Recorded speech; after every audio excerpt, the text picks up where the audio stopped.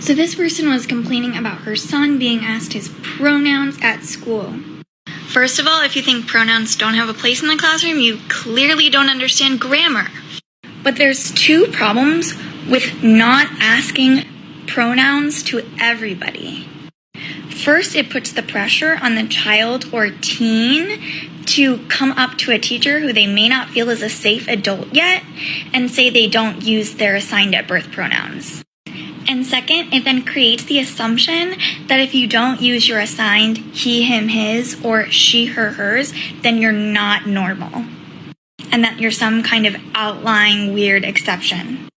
And here's the thing. There's nothing wrong with using the pronouns that you were assigned at birth. I use she, her, hers. So when people ask me my pronouns, I just use that.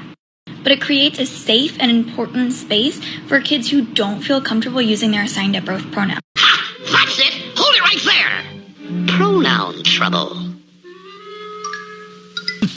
Unlike you blue-haired liberals, I don't have pronouns. And we are back. Thank you guys so much for joining me. I hope you're all having an amazing day. Now, I had a video all lined up yesterday, but I figured I'm going to take the 3-day weekend and go ahead and celebrate Juneteenth. For those of you that don't know, Juneteenth officially was yesterday. Federal holiday, banks closed, post office closed, so on and so forth. So I figured I would celebrate. Now, we had celebrations all over the United States, and they went exactly how you probably expected them to go in DC, Atlanta, Chicago. We're going to look at that. A lot to unpack in this video. Crazy weekend. We had former Vice President Potato Brain Joe. He fell off his bike. Of course he fell off his bike. He falls walking upstairs. What else happened? Oh. Mayor Bill DeBlasio, former New York City Mayor Bill DeBlasio, and the worst mayor in the history of the United States, gets epically trolled. You're not going to want to miss that. As well as a teacher who has her students, this is not a joke, she has her students pledge allegiance, not to the flag of the United States of America, pledge allegiance to black people. You'll see. Another person who tries to justify why having children and kink at these pride parades and pride events is a good thing.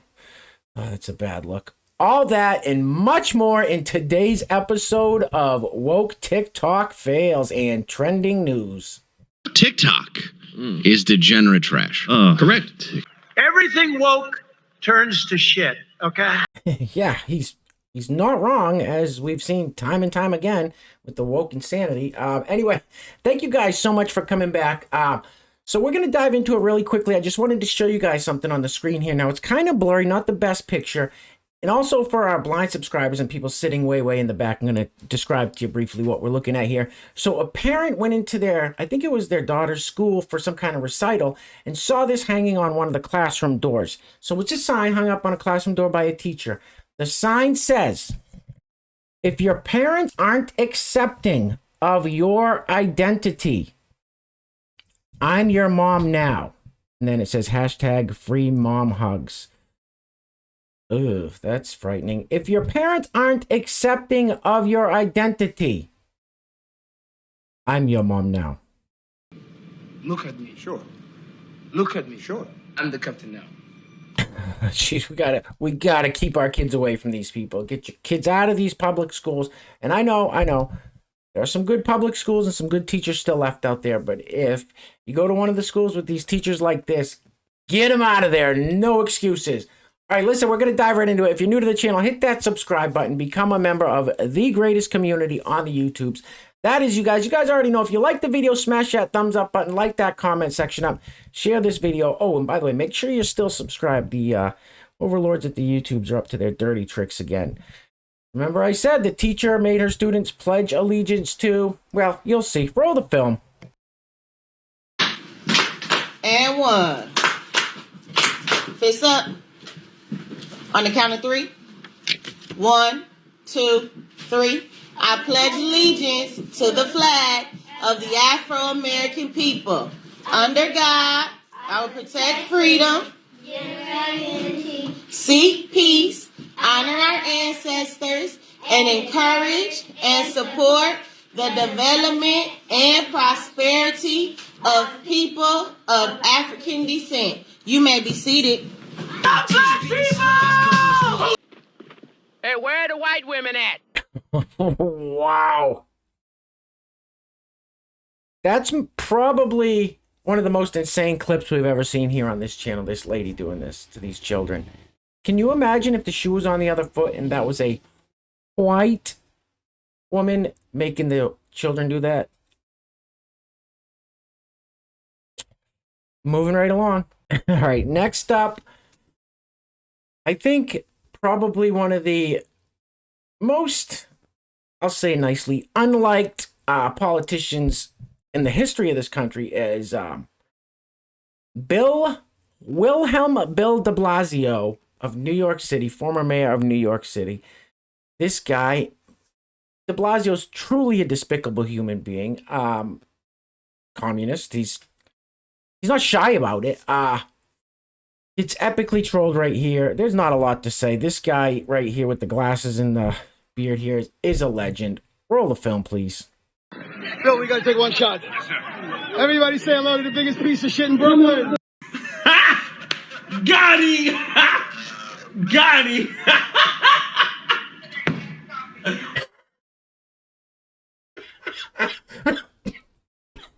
Oh my god, I've watched that probably 20 times and it gets funnier every time. Look at Wilhelm de Blasio. And as I said, he's not shy about being a fan of communism. But look at, he's giving the thumbs up there, just as this guy says, the biggest piece of S in Brooklyn. Epic troll. I love when these people do that. Somebody did that exact same thing to Trudeau, Prime Minister Blackface up in Canada. Played out perfectly just like this. Love it. I love it. Let's keep it moving. All right, this next one is just horrific. There's two things that never should be included in the same sentence. Children or kids and kink.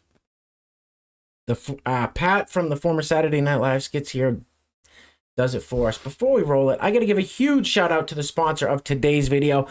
Today's video is being brought to us by a great friend of the channel, none other than Steve Harla. Steve Harla, thank you so much, sir. Now, Steve Harla and I were supposed to do a live stream over on his channel last week. Steve does quite a bit of live streams over there, and he does usually once a week. He'll do a kind of a panel discussion, live stream panel discussion. I went on there, was on there for just a couple of minutes. My Wi-Fi wasn't holding up. My computer was, I guess it just wasn't meant to be because nothing was going right on my end. But we're going to give it another shot. And also when I get some live streams going on this end, when I get the Wi-Fi straightened out, Steve will definitely be on that with me too. So Steve has a channel on the YouTubes called Steve Harla. Great channel. I will link that in the description box below. And stay tuned for me and Steve doing some live events, some live streams together in the very near future. So Steve, once again, thank you so much. I really, really appreciate all the love and support you've shown this channel and this community. So thank you, Steve. If you would like to sponsor the next video and help support the channel, there is a PayPal link in the description box below. And I will say your full name as a sponsor of said video unless stated otherwise by you. The comment here says, I've never seen kink at Pride that felt inappropriate for kids. What? Roll the film. I want to clarify this for a second here. I'm not saying that kink isn't kid-friendly. I'm saying that kids and kink can coexist at Pride in a totally fine way. There's a nuance here, that making an event kid-friendly doesn't mean sanitizing it, aka taking something like kink out of Pride. Making Pride kid-friendly is not the same thing as sanitizing Pride. Making a Pride event kid-friendly, or I prefer kid-safe, is about making sure we're including and putting kid and youth voices and including them in Pride and particularly any justice spaces. Kids and youth voices are vital to justice movements because they are a vulnerable and marginalized group on their own, which includes their intersecting identities and oppressions.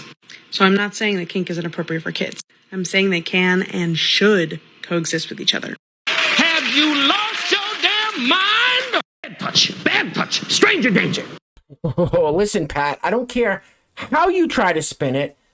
I don't care how many buzzwords or what kind of virtue signaling you do.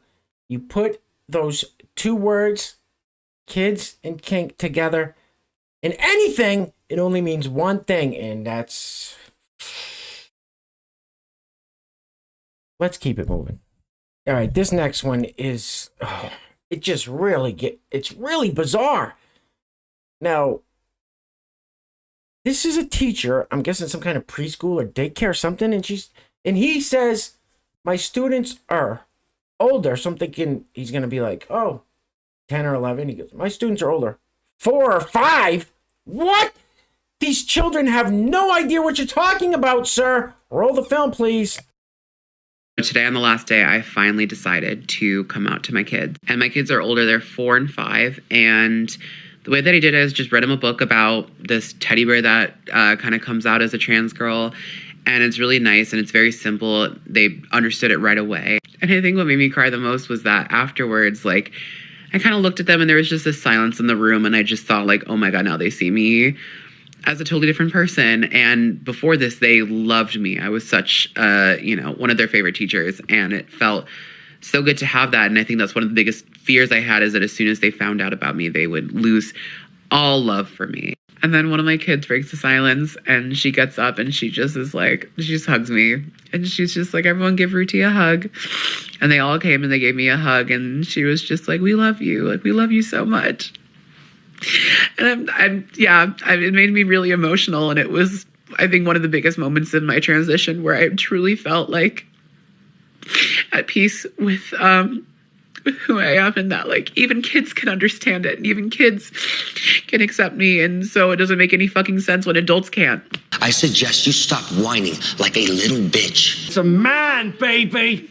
Wow. How many times have we seen this? These people need their validation from children, 4 and 5-year-old children. This guy's getting his validation from. How insane is that? These children don't have a clue what you're talking about, sir. They don't have any idea what you're talking about. They're kids, therefore they want to comfort you when you're crying in front of them because you're moving right along. All right, this next clip, it's about, I don't know, a minute and a half, 2 minutes long. I cut it down to about 10 or 15 seconds. I was going to play the whole thing. Then I decided, well, I'm not going to play it because this lady's language is atrocious. She drops the F-bomb a million times. However, I just got to show you guys a little clip if you haven't seen it yet. And this is the brain disease called liberalism, progressivism, wokeism, whatever you want to call it. This lady has lost her mind. Now, I can get down with that. I've been at the gas station hooting and hollering and yelling and screaming myself, lady. I can get down with you on that one. However, she says the gas... Just listen to hear why she says the gas prices are that high. And listen to who she says she listens to. And if you don't know this person, we'll talk about that briefly in a minute. Roll it, please. At Costco to fill up my tank. $98. $5.50 a tank. $5.50 a gallon. At Costco. $5.50 a gallon at Costco. This is the work of the religious right. Listen to Robert Reich, who clearly, who gives us all of the evidence about how our poverty is a choice that our... He's an angry elf.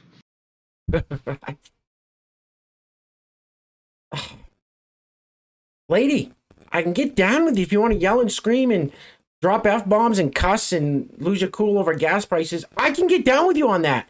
It's $5.20 a gallon where I'm at. So cool.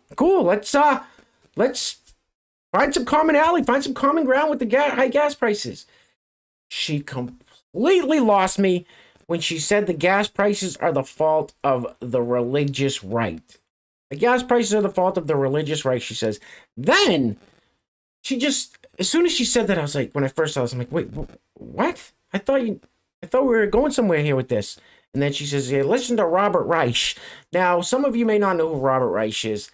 Robert Reich, he's on Twitter. He's a political commentator, a leftist political commentator, Democrat, progressive, whatever you want to call him. And he may have been some kind of advisor to the White House at some point in the past. Not 100% sure. He's an author. He's written several books. And he is an idiot. I don't know if this guy just... I truly don't know how somebody could believe some of the things that he honestly believes and says and tweets. This guy is a dummy. So when she said she listens to Robert Reich and gets all her information from Robert Reich, it's like, okay, that explains it. The religious right's the reason the gas prices are so high. Gotcha, lady. Moving right along. Okay. Geez. Not too much longer, guys, I promise. Ugh. All right, what do we got here? It says, me being an openly LGD... LPD... LGBTQ2 plus. That is exactly what I just said. Me being that... Oh, me being an openly that history teacher. Roll the film. Cause you know that baby, I'm your biggest fan. I follow you and tell you. It says my LD that students who aren't my LGBT plus students who aren't quite ready to come out yet.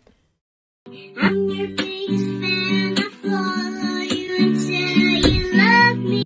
That's gay. Okay, so this is the same teacher. Just wanted to show you that little clip. That's bizarre to say the least. This is the same teacher, openly Marxist. Why on earth would any school system in the United States hire a teacher that's openly Marxist? Obviously an activist. The comment says, I believe Black Lives Matter are so valuable, but Marxist? Question mark. Why? Roll the film. So I'm going to assume that this question was asked in good faith. Why am I a Marxist? First things first, please know that Marxism is not synonymous with communism or socialism. In reality, Marxism is all about the material conditions of the working class and their exploitation by the ruling class. No offense, but it sounds like some fucking commie gobbledygook. Yeah, I cut that video way short. This guy went on for the next 45 seconds to a minute to try to explain why Marxism is a good thing. I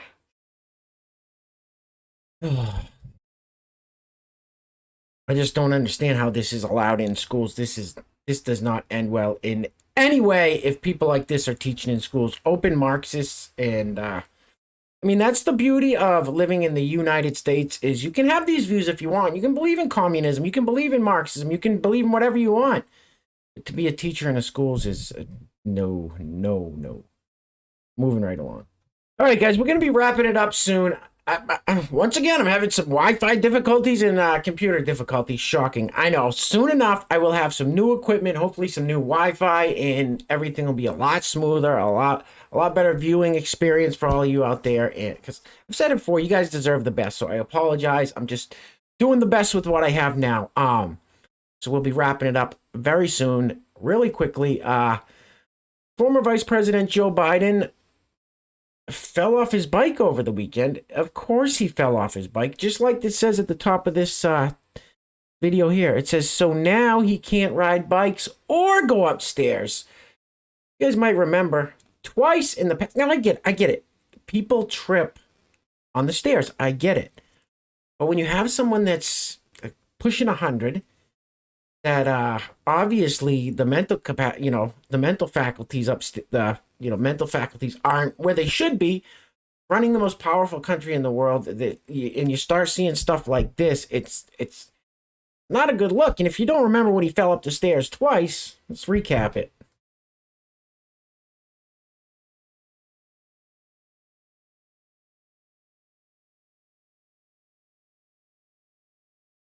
A few moments later.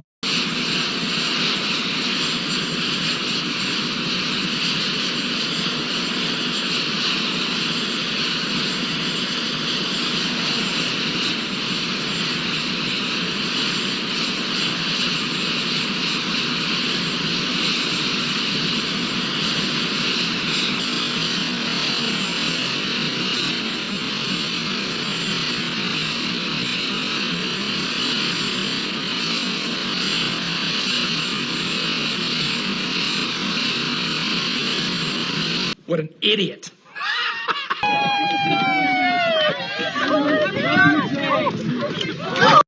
Son of a...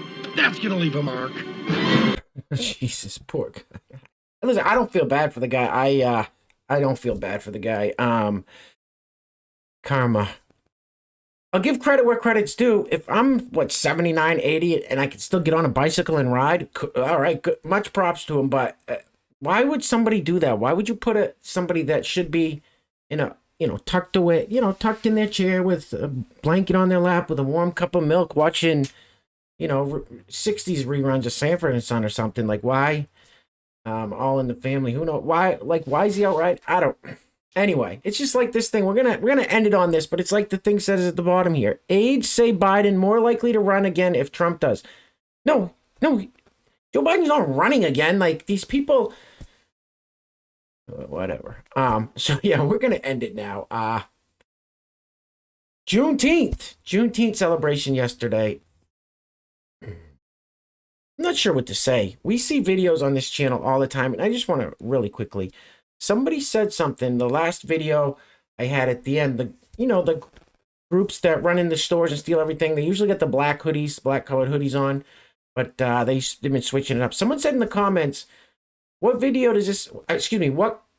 does this clip of these people stealing stuff have to do with the woke TikTok stuff? They said, do you just not like black people? What's the deal? Listen, that's the furthest thing from the truth. I'm not one of those people that judges anybody by their immutable characteristics. That's got nothing to do with it. And I'll tell you what, some of my favorite content creators on the YouTubes, Greg Foreman, Black Conservative Perspective, Brandon Tatum, Anthony Bryan Logan, Colleen Noir, he's a big 2A guy, does great videos. I would live right in the neighborhood with all those guys, my neighbors. So it's got nothing to do with that. It's got to do with the culture surrounding it. And we see that right here in these Juneteenth celebrations where these people run wild. Shootings, 40 shootings in, was it Chicago over the weekend? These celebrations just turn into violence and chaos. And I'm not saying anything. The proof is in the videos. I mean, go look at the FBI crime statistics. It tells you right there. I'm going to shut up before I say too much here. Let's wrap this video up. Love you guys. Take care of yourselves. Take care of each other. Till next time. Peace. In the United States, we celebrate Juneteenth. For decades, Black Americans have marked June 19th as their true Independence Day. It is the day that 2.5 years after the Emancipation Proclamation was signed, word of freedom finally got to the slaves in Galveston Bay, Texas in 1865. Meanwhile,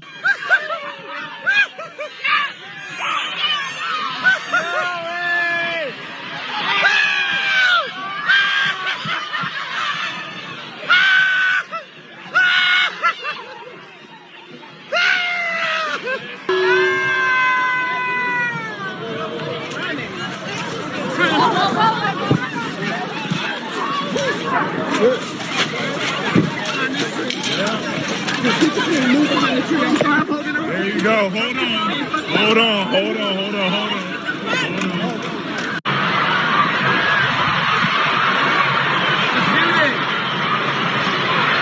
What the hell is wrong with you people? And you ain't black.